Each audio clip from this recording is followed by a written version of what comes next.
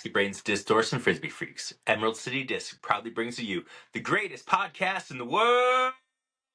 Darkwing Disc Kirby Snyder, the Fairway Finder Ollie DePina. This is KO Disc Golf Show. Welcome to episode 95. This is the Onyx episode. Famous players to wear the number 5. We got probably the most famous of all is Lightning McQueen. Good job. My goat. I found out while doing some research that 75% of MLB players to ever wear the number 95 have happened between the years of 2020 and 2022. It's 14 years after the movie Cars came out. And there's a Reddit post that has kind of contributed that all to the movie Cars and how Cars is so popular in a lot of other countries, and a lot of players who are watching Cars growing up have now started to absorb or kind of started to use that number. There's no Red Sox or Mariners to wear the number 95. And Ollie, his with the Giants. Gonna have to go with most notable for 2 years, not too many longevity stints, but Jonathan Hankins from 14 to 16 is gonna be our number 95 for the Giants. Sweet. All right, KO question of the week. What is your quick go-to meal at home? What's one of those like just kind of comfort, real quick, easy meals that you make for yourself at home? And kind of as a fun twist, comment down below what it is. And as a fun twist, next week I will make whatever that is, and I'll kind of present it here on the show. I think that'd be kind of fun to do. So, Ollie, yeah. How you doing, man? How's it going? Doing well, really busy. I'm gonna be I'm staying full time at Costco and then starting another job on like the hours I'm not working, doing some they're called Gradient Collects, and they are a card grading and like card like selling company. And so like if you're into trading cards and stuff, feel free to drop on some streams and I'll be streaming for them and doing some posts and videos and stuff, and that'll be cool. I think I'll be starting. I have my first kind of like help out stream tomorrow, so that should be cool when you're watching this. Honestly, if you're watching this in the morning, and then got to play some disc golf and got my first ace of the year, which was like super awesome. I was really happy to finally get the lid off the basket there where. I was with my buddy Alex, the one that came and filmed with us, and I haven't gotten an ace in front of him, which was like it's always fun to ace in front of people for sure. Like as crazy as like it's fun to ace in front of people. It is more fun to ace in front of a big group for sure. And he was with his roommate who has played like a handful of times, so that was really cool. And his buddy from Spokane drove over, so it was a good little group, and like it was cool. And it was on hole 3 over at North Park, and they have the short and the long end. And I was like, okay, this first one I'm going to the long, and then the next one after that I'm going to shoot an ace run at that short one. And it was in that order it happened, and everything, no black ace. Like I was like first shot going at that thing, and I was like, okay. So I'm definitely counting that one as ace. Where I was like, that was cool, or hole in one ace, whatever you want to call it. I'm still Sure. didn't shoot multiples. It was the first shot at that basket, so Yeah. didn't score I'm it. But definitely yeah, not like an ace gatekeeper. Like I'm not like, I don't know, just like let it be called an ace. Like I'm really not the one that's like, well, it wasn't your first throw, and it wasn't this, and it wasn't that, and it wasn't, you didn't do it with people around, and the hole was too short. It's like, no, all of that I don't care about. It's like if it was from the tee and he made it into the bucket and it makes you happy, it's an ace. yeah. Just go for it. I don't mind like calling an ace like if you just call aces like first shot from the tee pad to the basket. I think Joel Freeman, I like popped into his live. He was doing some ace runs at a course there, and he was kind of talking about it. And he was like, whether like he's like my solution or like how I go about it, because I think it is just how you go about it. There's not one definition of that, or. And he said like an ace is like first shot at that, but like if you're playing around and you get a hole in one, he calls it a hole in one basically after that. Where I'm like, it's the same, and I think it still has a lot of glory in that name, and I think it's a good way to differentiate a little bit and then still have some like it's still cool as hell. Take some pride. You got a hole in one. That's cool. Yeah, definitely. I think like personally, I always just kind of put more stock into like tournament aces than I do Yeah, like practice round aces are like, yeah, it's cool, but if you tell me you ace during a tournament, I'm like, really? And like I'm yeah. immediately like my interest just kind of peaked a little more because I think the stakes are higher and it matters and guaranteed to be the one shot you're throwing there kind of thing. So, Even yeah, like my eagle at that South Fork event feels better to me because it was at a tournament than any ace I've had yeah, because I haven't had an ace tournament. It's like even though it was like yeah, it's just kind of like that magnitude of like I could go and look it up and like yeah, it's right there and stuff on the PGA thing, so it's cool. yeah. No, that's huge. Um, How are you doing, Curb? I'm doing good, man. Yeah. Had a pretty solid week all in all. Ellie and I went out for there's a little Korean barbecue restaurant by us called Omni. And dude, her and I we love Korean barbecue. We've been going a ton the last couple of months, so good, just grilling up some meats. They do this like I don't know, 2 or 3 week aged kimchi. So we usually get that and then we get the pork belly and fry that up in the pork belly fat and it's the whole place is just like super awesome. So yeah, one of our favorite dinners without a doubt. Um, I played my first sanction round of 2026. I played League at Kayak this past Sunday.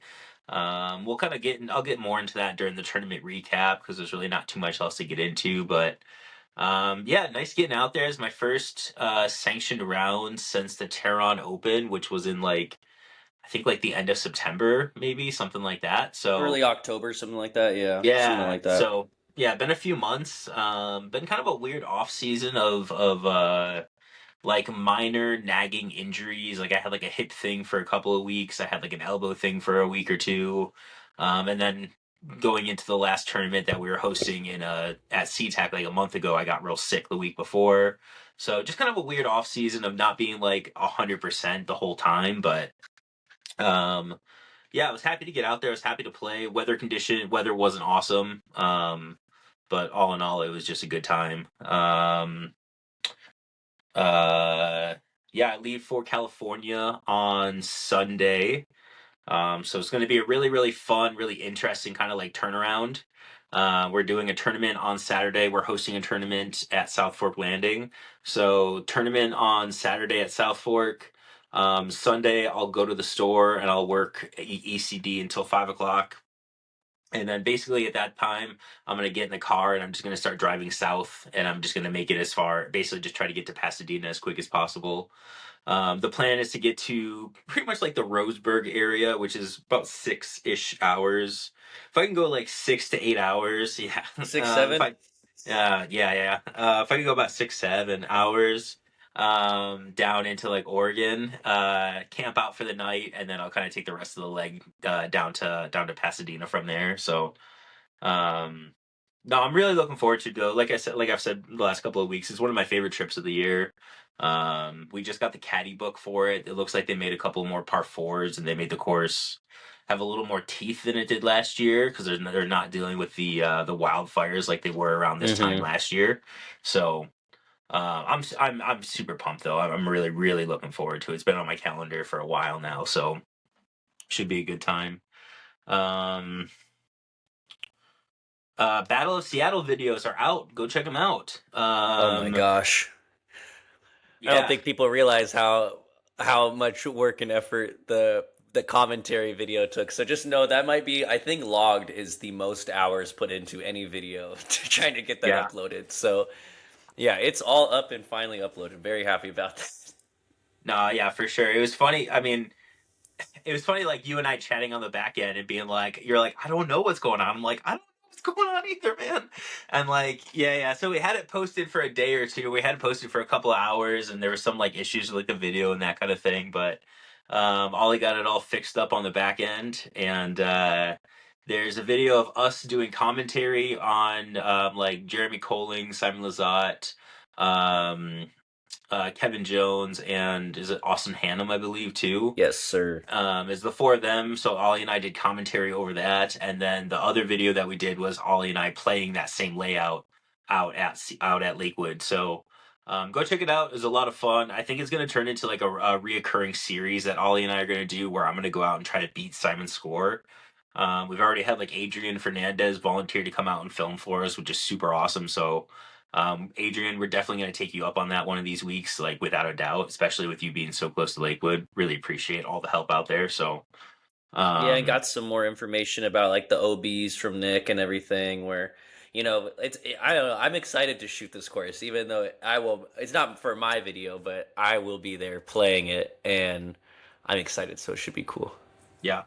Yeah, I didn't realize it was like just paths were playing as rivers. Like we assumed like there was a few holes that I was pathing over and that kind of thing, but I think that I would don't think it change really my changed. play on a couple holes, but not like drastically. I think mainly because like I think for me and my distance on that hole from sevens tee pad to eight's basket, Yeah, I'd almost just rather do like take my driver and throw it almost up the middle and let it just hyzer and get in a better spot than that, or just commit more to that open shot. But yeah.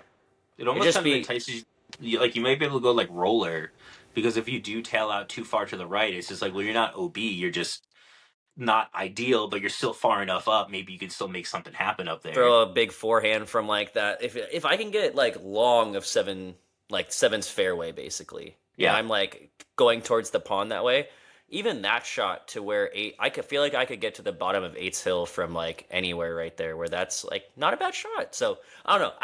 I watching the videos again, I'm like excited to play it, and they've been doing really well, and yeah, appreciate y'all giving those some views. yeah.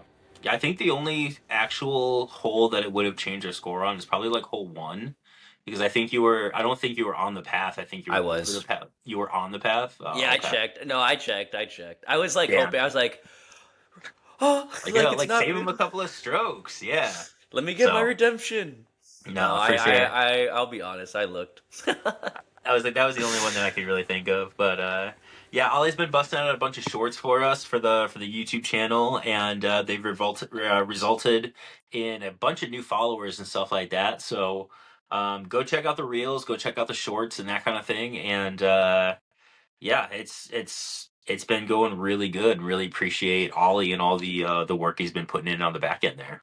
We're at 183 subscribers. What's a little 200 subscriber goal? That sounds like fun. We'll do like a little giveaway with Ooh, that. Big giveaway yeah. with 200. Number 200, No, we'll do a big giveaway for yeah, we'll do a sure. giveaway. Yeah, I'll figure. I'll look around and see what I got. I definitely got some cool stuff at the shop. I think yeah, I have some good ideas, but I think at 200 I'm gonna do like a AGL lineup, little like a 3-pack disc. Like make it really cool.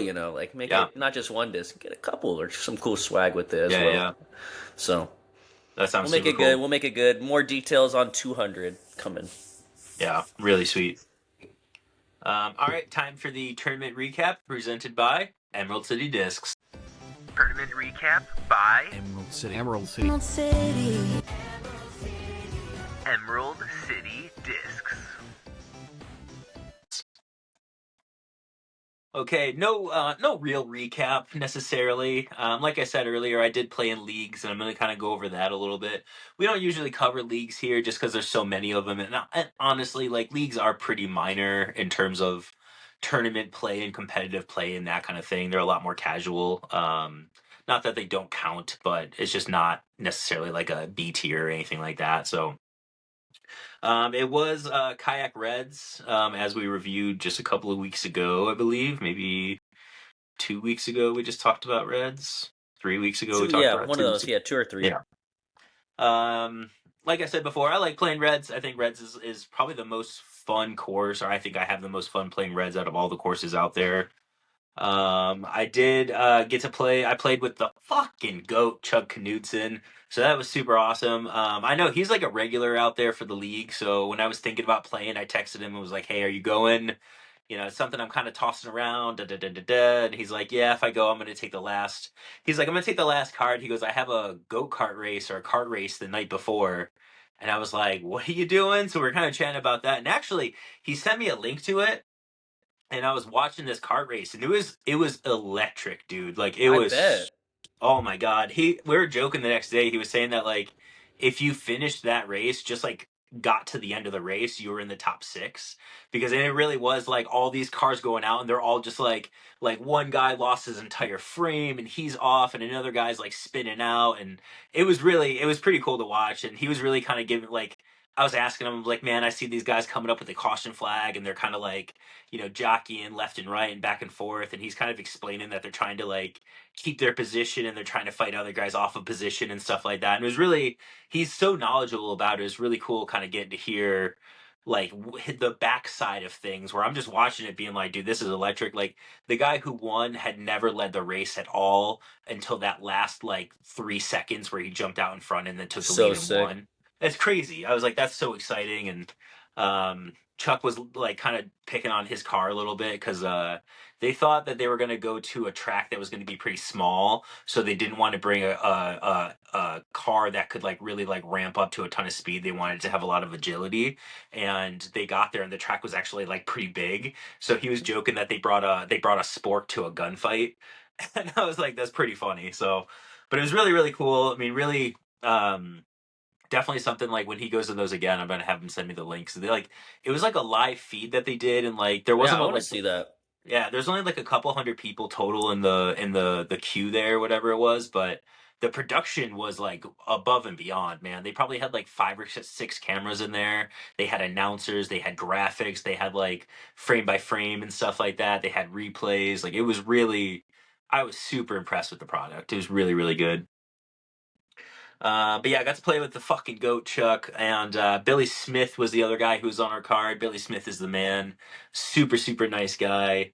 Both of those guys own Corvettes, so that was really fun getting to kind of like be a fly on the wall with kind of like those guys just kind of chatting through, all that kind of stuff, and kind of just hearing about it because I mean that's not my world at all.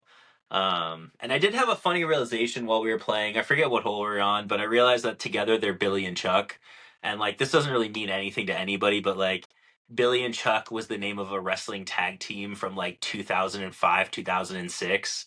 And it kind of just made me laugh. And then I was like, hey, I don't like what was even funnier is Billy and Chuck had this like really, really terrible storyline where they got like faux married together, and then they had this like stylist manager. His name was Rico, and he was just like really flamboyant, and I was kind of just like, am I the Rico of this trio? And I was like, I don't hate it. Rico is kind of the man, but like, am I the Rico here? So it was just a funny little like, oh, you guys are a funny tag team kind of thing. So um all in all, like I want to say like I threw the disc pretty okay all in all. I did make a couple of like really stupid, just like bad upshot mistakes. I didn't really feel like my depth of my upshots were really like there. I felt like that was kind of sloppy. Like I just wasn't putting myself as like under the basket on wide open shots that I need to. And the weather was really poor too. I mean, it was really windy the whole day. It was like kind of off and on raining. But very, very gusty, very windy, which definitely didn't make anything like easier. But just like nervy on putting, like even if it wasn't windy, I probably still would have missed just as many putts because the putt just like wasn't, it didn't feel crisp, it didn't feel very good. So definitely something I'm gonna be working a lot on this week is that putt and kind of trying to get that to feel as comfortable as possible. Um, Funny stat kind of thing. For the 2026 season, I carded an eagle before I carded a birdie. So Hole that's kind of a two. fun, yeah, hole two. I got a par on hole one, I eagled hole two, and then I birdied hole three. And I was just like, you can't, like that's fun, Not a lot of people can say that they've done that just trying to start their season or whatever. So, um, yeah, pretty good all in all. Um, yeah, I didn't eagle the par five, which is pretty disappointing. We've stepped up to that hole, and there was just like a ripping headwind, and there was no way my disc was not going to flip up and push out to that right side. So we did everything we could, but it was just shoving it around. So good time had by all. Chuck beat Billy by 2 strokes. He's still kind of like a little beat up. His back is sore, so he's out there What'd you not end up throwing shooting? 100%. I think I shot 12 down, so pretty honestly pretty lackluster.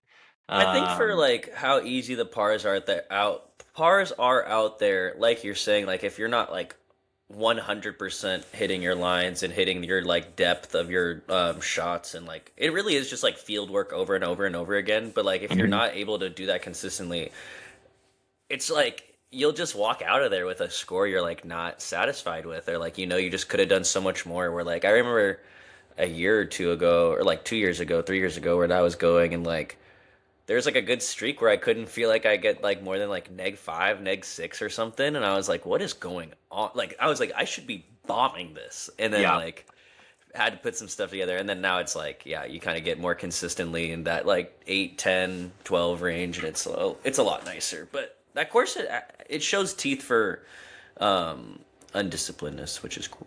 Yeah. No, and it's so easy just to like it's so easy for every round to find like, oh man, I made this mistake here and I made that mistake there. But it's like the mistakes out at kayak is like I didn't throw this 300-foot wide open shot under the basket. Like I put it 45 feet short and then missed that putt. Like there's no reason, there's zero reason for that. So it's like Yeah, stuff like that, like I don't know, I did that twice on that day. And it's just like one of those like, man, that's two strokes right there that just like are unnecessary. And maybe we played a little safer somewhere else and like a little stuff like that. So really looking forward to this weekend though coming up. So speaking of which, time for the tournament look ahead presented by Disc Golf Threads. Really looking forward. I'm getting talked to Disc Golf Threads today. Actually, we're doing this Monday night, so I talked to them a little bit ago, and they're sending me my jersey tomorrow. So I'm pretty excited to get just like a Disc Golf Threads jersey, and then we're gonna keep working on the custom Darkwing disc stamp jersey as well. So stay hell yeah. tuned. But yeah, go on there and check out what they got. Don't forget to use that promo code DWD. Get yourself a little discount. Coming up this weekend, we got Slingin Singles presented by Emerald City Discs. It's going to be an awesome weekend out of South Fork. We got 69 out of 72 people on the field so far. So it's going to get filled up. I imagine we're probably going to get a handful of people on the wait list as well. Um, we're going to shut the wait. We're going to turn off registration at, I think, 12 on Friday. At that point in time, like you have until 12 on Friday to register for the tournament. At 3 o'clock on Friday, don't message me being like, I didn't get a chance to sign up. Yes, you did. You've had a month and a half to sign up for the tournament. So just get registered now. Just do it. Fill up those last three slots and it's not an issue. And if you can't make it, you can't make it. But just get registered. Sign up, man. Get Get in registered. there. Do it. It's going to be a really awesome weekend. We got a huge MPO field. Right now, it's 22 out of 69 players are playing in MPO, and then we got 17 more playing in MA1.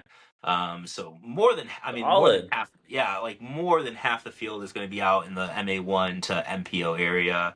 Um, Colin Bryant's going to be out there. He's 1032 rated from Anacortes, so we got some absolute killers. The Tankley brothers are coming out. Caleb Joyner, Andrew Savage, Kevin Mon, Spencer Stewart, Eric Sebastian, Trey Carter, Ricky Meadows, John Geiger, John Crawford.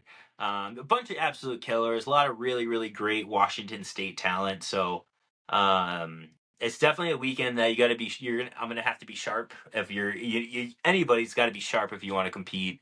If you want to be up there, even in the cash, I think you got to be scoring pretty low. My prediction to win this event, which I haven't done those in the past, but I'm thinking to win this event, you're gonna have to shoot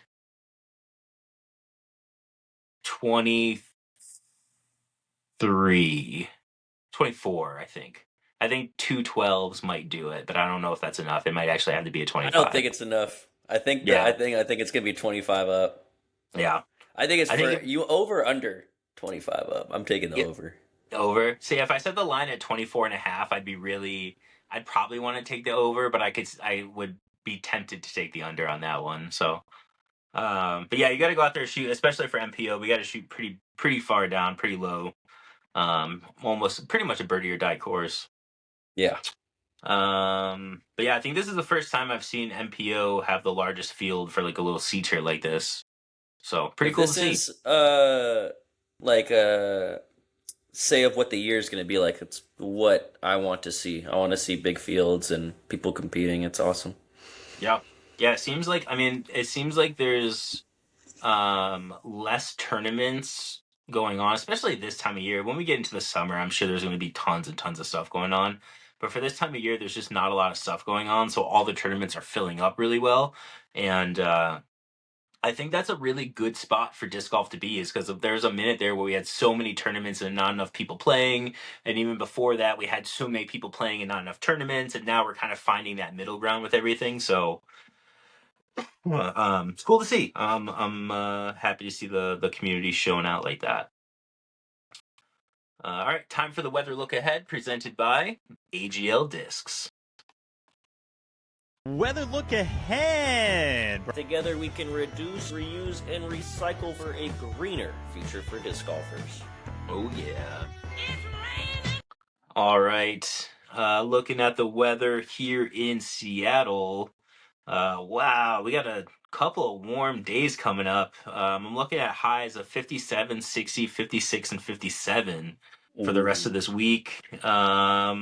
It looks like Saturday we're looking, I mean, still like high 40s, low 50s too on Saturday and Sunday. So it's going to be a really nice day. It looks like Saturday there's going to be a little bit of rain. Maybe nothing we should be too worried about. It's going to be kind of like late afternoon.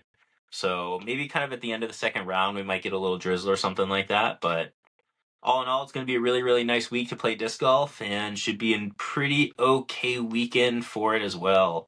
Sunday looks to be pretty mild. So if you're out there that day, pretty good. And winds are going to be up a little bit on Saturday. Looking at probably, we're peaking at like 11, 12 miles an hour. So it shouldn't be too bad. But all in all, I think I'm going to be out there ready with some rain gear, no doubt. So, Ollie, are you ready for the ODP guarantee? Oh, you know what I'm talking about. Oh. P. Guarantee!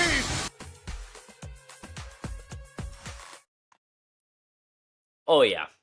And we're ready for a special Super Bowl edition. So we're doing kind of like a parlay ODP guarantee.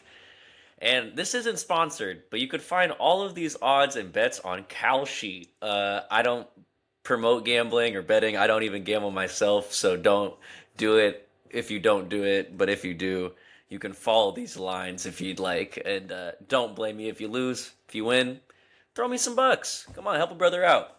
All right, the OD guarantee.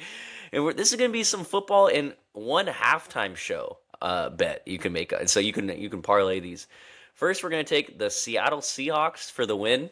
Get that second Super Bowl in them.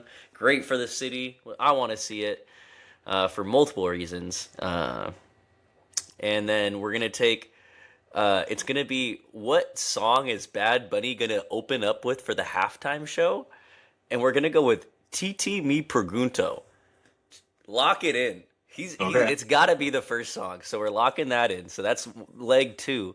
And then we're going to take, I think, the over on the points.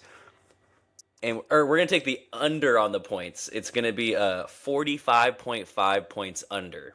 We're going under 45.5 total points. Okay. Low scoring game then, huh? It could be like 20, 21, 17, 21, something along those lines. It could get close to there, but those are the 3. If I hit all 3 of these, I think this got to mean something.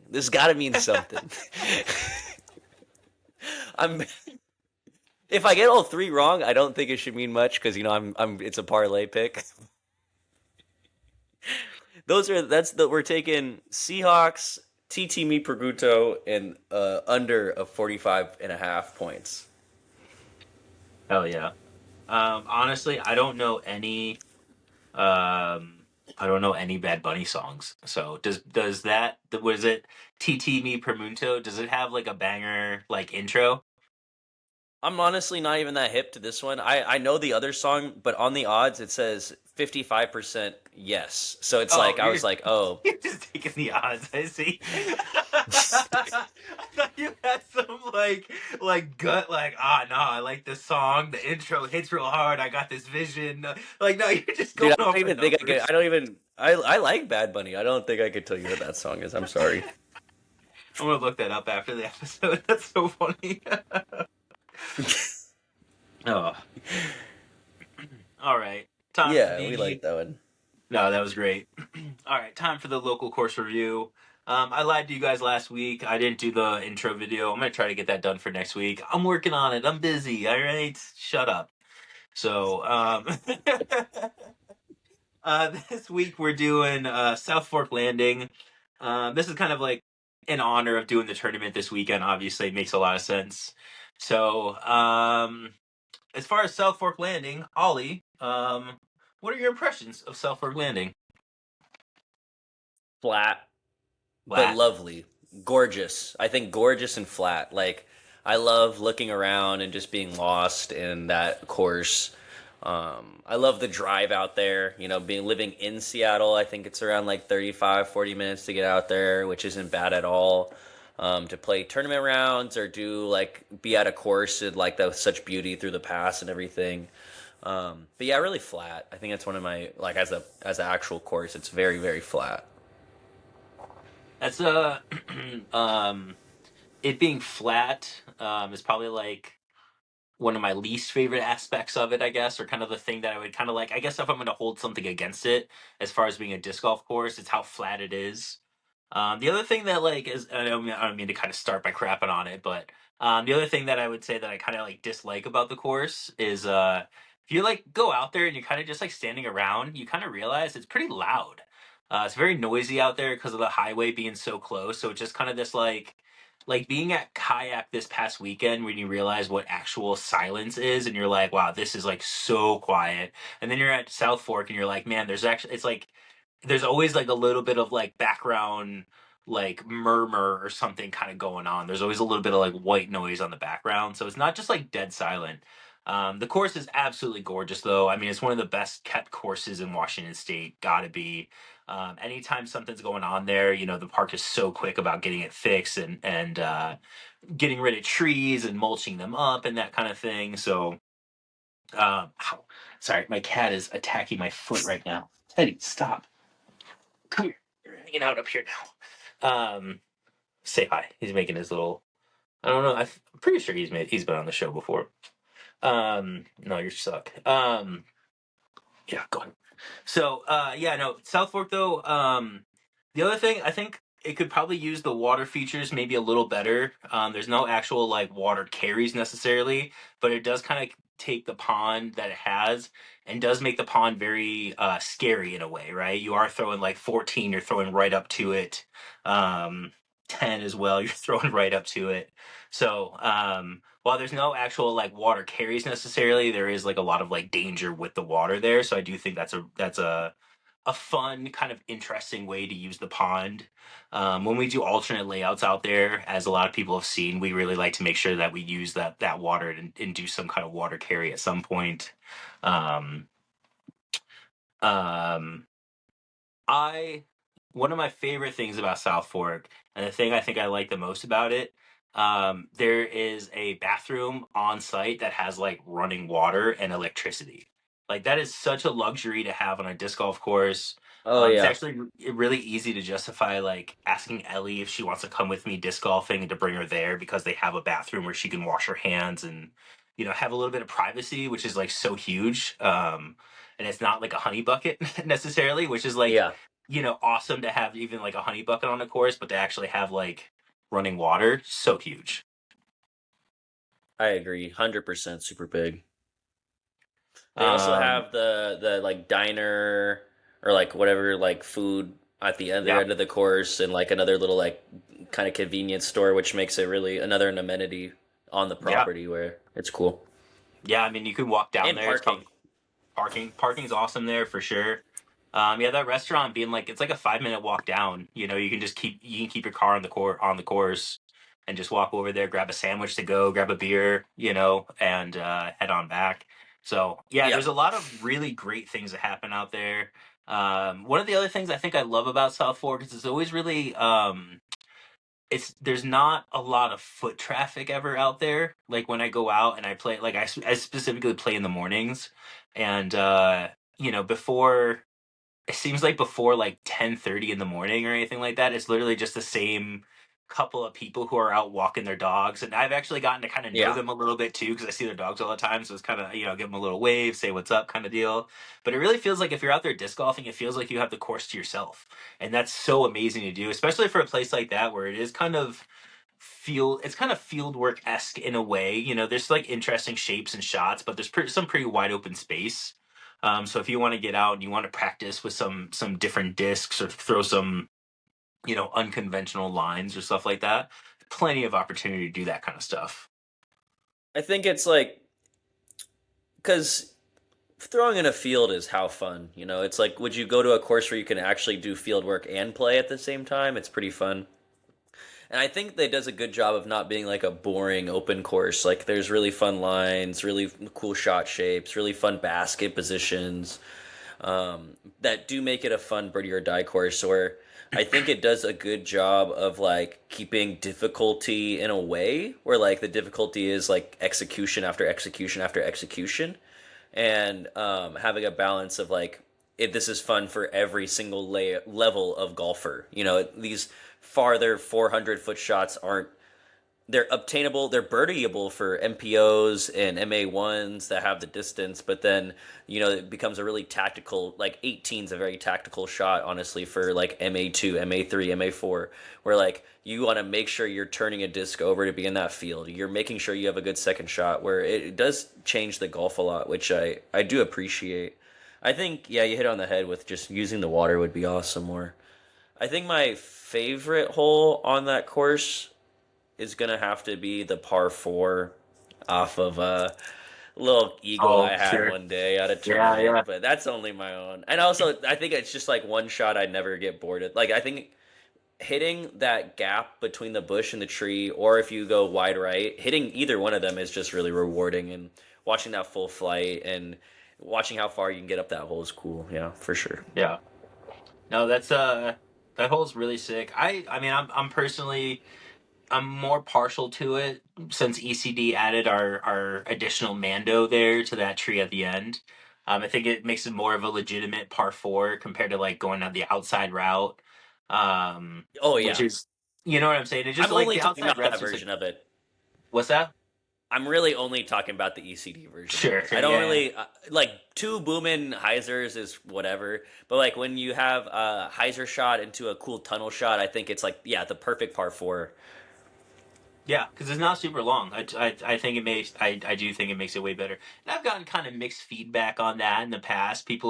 Some people have been really happy and been like, no, it's really fun. It's, like you said, it's a hard second shot, and then other people are more just upset. They're like, you took away my birdie, and it's just like, okay, it's like, okay, you didn't deserve it, so I don't know what to tell you. Um, What's I your think, what's your best hole? yeah, I was kind of struggling with it because I think like hole two's basket is like the greatest basket location of all time almost. It's one of the most interesting. Um, but I think like as far as like disc golf holes to just like get out there and throw shots on, I really have a really good time throwing hole 11. It's through a gap. The way the tree fell in front of the basket too kind of makes it to the point where you can't really have anything coming in low anymore. You have to get the disc high enough, but not too high because there are limbs that you're kind of messing with. It's kind of just a really nice, like, it feels like there's a square down fairway where if you hit that square with your disc, you're just in really, really good shape and really good position. So, that's one that I think I think is that one's my favorite. Um, I really like 18, the new par four tee pad too that Max Spears carved out back there. I think it's really sick. You've played that one, right? Because that was at Mountain View. I was there. I was there when he was building it. Oh yeah, we did play that one. Yeah, I do like that one. Yeah, I But I thought was that there one when was he really was good. making it better. Yeah, I think that's really really good too. I think for Mountain View this year, the one change I'm going to do is I think I'm going to add a hazard to that dip in the middle on that par four, um, and then I think that hole's going to be really really nice. I think it's going to be a really challenging but fair par four for all levels of player. So, um, what's your least favorite hole, Ollie? 12. I don't even really think about it. It's like the first thing that popped in. I think it's cool for a short shot. Like there's like the the green slopes and stuff like that, but it's just like a It's like three nothing. speed, yeah, Yeah. it's just like it's just like very the most basic shot. Like at least on four, when you're throwing a similar shot shape, you're going through a triple mando. It's like Mhm. there's at least that part of it, and there's like that fun to worry. But I do think there. I think I don't like that hole because I think I should get it every time, and the days I don't get it, I'm like, f that hole. Like I'm Yeah. like, so Yeah. that's probably a reason. Those are my I think my least favorite hole is a toss up between 4, as you mentioned, and 14. They're both basically the same thing in my mind, where it's just like, hey, like, just kind of like throw this disc, just kind of, it's like pretty wide open. It's just right there. If it wasn't for the fact that there was like a little line in front of the basket to be an island, or if there wasn't like a triple mando in front, like there would be zero challenge whatsoever to those. Even the triple mando, I think with the way the flags are kind of falling apart up there too, it's just like I don't know, like that top mando is really not even really offered much anymore. So, um, it's not that I think they're bad disc golf holes. I just, as far as like what that course is and the rest of them, I think those two can I just kind of do without. I'm I kind think of like we, 14 more when it's to the left and it's like more of a hyzer shot.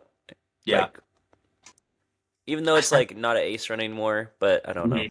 I think I like the straight position a little more because the straight position feels Yeah. like the depth has to be so perfect. Where when you throw in that hyzer, it feels like you can kind of miss a little short, miss a little long, and you're still in bounds reasonably. Um, The drop zone's also not ridiculous from that side. Or it is ridiculous, but I also hate the drop zone on that hole. I think the drop yeah, zone's like yeah. kind of wild and Um, I'm always I think just yeah. yeah, I think we have to mention because if we don't, definitely somebody will, or if somebody should mention the T pads. They're not in great shape, but that's something that Kind like of brutal. yeah, like and it sucks right now, but that is something that in my mind like can be fixed. So it Yeah. like I don't know. It's like I don't like I almost kind of give it like half a pass, for that kind of thing because it is like I do know people are working on that on the back end of things too. People are trying to actively get new T pads in there. So yes, that's like a demerit to the course, but I don't want to give that like a full like knockdown because of it kind of thing because I do know people are trying to fix it. So um, Ollie, what else about the course? What else you got? I got my first ever MA4 win there. I got my first ever MA1 win there. So like I just like that course a lot and the different layout and multiple layouts of it. So I do leagues there. That's where I played my very first round with you, which is really cool. Like I would hunt you down on the thing and be like, "Oh, there's open spot at 8 a.m. Like I'm going, I'm going." And Roxy came out that one time, so like I have a lot of great memories there. Like I think it's a great memories course. I think I for how far it is, I appreciate it for great tournament location, holds a lot of people and does that. But I think there's just a lot more courses I like to play. I do love how you can just like kind of hammer out a quick 18 and do that a few times Yeah, there. you can play 18 Um, there in like an hour 20 if you're moving. I played it three times one day. I mean, not even Iron Man. I played it three times one day, just like with a buddy. Did like two tournament rounds, then played it again afterwards. Just being like, I have energy to play. It's all good. Yeah. So I enjoy that course. I think it's gonna be a little surprising, but I think this is gonna be my lowest rated one so far. Okay. Yeah. What do Even you got? though the memories, even speaking of the memories, makes me like want to rate it higher, but I think I hit this one at a solid 7.4. Okay. Yeah, we're gonna go right below that 7.5. I think 7.4 because it has amazing amenities. I would take anyone there. Gorgeous course, like things like Mhm. that. I think I'd almost. I think I just. And I like. I think it plays to my game. Like I love throwing bigger shots that have a little more room to work. But like I do always like playing some woods golf a little more, and so not having woods aspects I think lowers that grade a little bit, and then not like being a full bomber course I think hinders it a little bit to my max grade, but it's still one of my like I'll go play there like almost once a month if I can make it out. Yeah. I mean, this is one of my favorite courses to play. I make it out there. Um, It's, I mean, almost more than I make it out just about anywhere else. I go out there so much, especially with like compared to like SeaTac, Lakewood. I mean, that's probably right behind those guys in terms of courses that I frequent more often. I'm gonna give the course an 8.75. It's kind of like that eight and three Eight quarters seven. range. Yeah, like an 8.75. I think it's great. Outside of the tee pads, and that's really the only thing that I'm like really like hating on the course for. But it offers a lot. I think it's just a lot of fun to do. I also have a lot of like really great memories there and that kind of thing. So, yeah, I'm going 8.7, which is my second highest rated course. I have it slightly above Kayak, which in my mind does fit really well.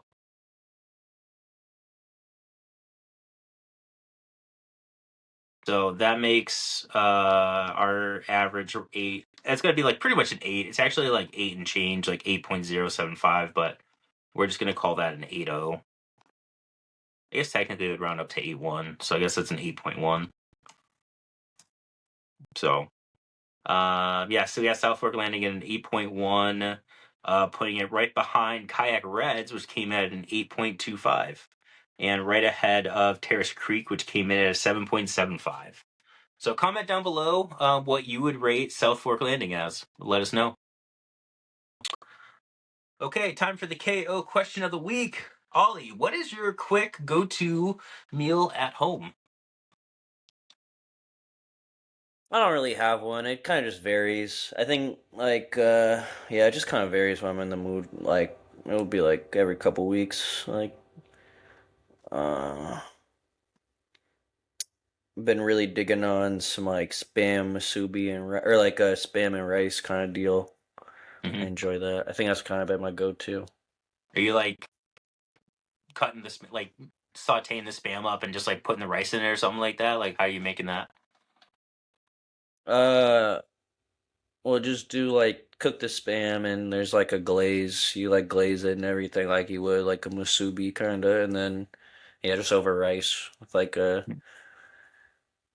use like Roxy makes it for me. Nice. That's cool. Lately I cook for Ellie and I all the time. Ellie's cooked probably like 4 or 5 meals for us our entire relationship, I think, at this point. So normally I'm kind of making us like real meals and that, but if I just don't really have the energy and we're kind of just eating out of leftovers or whatever, one of the things I really like to do is I'll take taquitos, just these like chicken and cheese flour tortilla taquitos, and I'll bake them in the oven, and then when they come out, I just throw a bunch of Frank's Red Hot on them, and that's just like it's so quick, like I can be doing a bunch of other stuff while they're in the oven, and they take like 15 minutes tops, 12 minutes, something like that, and um, yeah, it's really good. I'm a big fan. So, comment down below. Let us know what your quick go-to meal at home is. And like I said, I'll pick one and I'll make it for next week's episode. All right, time to get into the draft for this week, and then we'll round out the episode. Draft for this week is our dream blunt rotation. Current and alive, I guess is more what I should say. Ollie, I'm going to go ahead and give you the first pick. Uh, I'll probably just go with like I didn't really know I'd have the first, but I'll probably just go with like Michael Phelps. Michael Sounds like Phelps. Yeah, actually smokes, so I know he's not. yeah. It won't be a. I don't got to take care of him. I That feel like guy's a lot of lung. these answers, I don't want to take care of him. That guy's lung capacity, though. I don't know. My first two picks are they kind of play off of each other, I think. My first pick is going to be David Ortiz, Big Poppy. Big personality. I think it'd be a ton of fun to smoke with. I think the thing of going like, "Hey Poppy, puff puff pass," or "Puff puff pass Poppy" sounds like a lot of fun to say. The thing with David Ortiz, and this is what I was thinking about, he's a bit of a showboat. So I feel like if he gets it, he's just going to use it as a microphone, and kind of hang out with it a little too much. So we need somebody there to kind of kind of scoot him along as somebody kind of humble David Ortiz a little bit, and there's few people in the world that can do that. So my second pick for my dream blunt rotation is going to be Ken Griffey Jr. Because there's few other hitters, few other left-handed hitters in the world that can be like, I hit more home runs than you, Poppy. Let's go, wrap it up. Come on, man. So my first pick is Poppy. My second pick is the kid Ken Griffey Jr. Next, I'm gonna have to go with Kevin Durant. Another just only really picking athletes who actually smoke because I just think it would be an unpleasant experience otherwise. And so we're gonna go with Kevin Durant. Cause I mean the KD, the 3.5, it's just easy there. And then we'll go with Anthony Barella. Probably gotta be up there for me. I know, and Nice. AB. I love AB, man. I love AB, man. AB's on my list. So far we got Michael Phelps, Kevin Durant, and Anthony Barella. That sounds amazing. It's a pretty good list. Yeah, yeah, yeah. All right, I got my last two Oh, and then I picks get here. yeah. Yeah, right. Yeah, I got my last two picks here. This next one, I don't think this next guy is necessarily gonna. It's probably not gonna fit in with the group very much. Not that I necessarily fit in with David Ortiz and Ken Griffey Jr. either, but like, my next one is my next pick is Ichiro Oda. And Ichiro Oda is the guy who created One Piece. And he's been working on One Piece for like 26 years or something like that. And there's only like six people in the world who actually know what the ending of One Piece is going to be. So my plan is just to get Oda really high and have him spill the ending. So I don't know if it'll Does work, he but even it's at speak least, English? yeah, he speaks English. I don't know, maybe. I don't know. But we're gonna try. It's worth putting out It's there. kind of a. At the very least, it's kind of a cool like hung out with Oda for a little bit. So and then my You're not last even gonna be pick, able to understand the man. we'll figure it out as we go. And then my last pick, and this is one, I just think it'd be a good time. It's gonna be the Depina of the year. I'm picking Kippy Depina to be in my dream blunt rotation. So I'm rocking David Ortiz. We got Ken Griffey Jr. We got Ichiro Oda, and we got Kippy Depina. That's an all-star crew right there. Trying to think who I'd even want my last person to be. A facilitator. Probably someone funny though. Do like Dave Chappelle. Be a good one. That's a good one. Make sure everything's rolling and moving and smoothing tonight. That's a good one. Oh. All right, so to wrap up the lists, as mentioned, I have David Ortiz, Ken Griffey Jr., Ichiro Oda, and Kippy Depina. Ollie has Michael Phelps, Kevin Durant, Anthony Barella, and Dave Chappelle. Comment down below. Let us know who has a better rotation.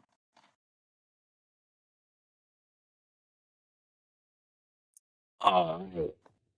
Episode 95 coming to a close. What a fun one. Moving on to episode. Make sure you guys go watch the Battle of Seattle videos. Both of those are out and going.